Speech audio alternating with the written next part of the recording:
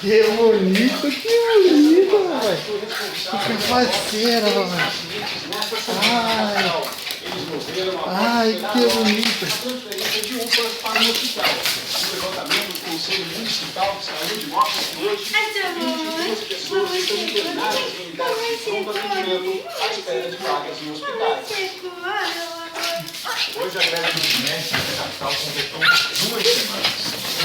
E quem consegue acompanhá-la assim? A prefeitura já foi filmada, mas faltaria ser assinada. A Secretaria informou que os termos do acordo estão sendo finalizados e a previsão é de tudo estar pronto até amanhã. Ainda nessa edição, nós vamos falar também da greve na educação. Nossa, Eita! as operações de fronteira, apreender drogas e armas no sul do estado. O carro com placas de São Paulo foi apreendido no MS 154, próximo a Ifesal, distrito de Angélica. Nele, os policiais encontraram 10 quilos de cocaína pura, 28 de maconha, 2 pistolas 380 e uma 9mm.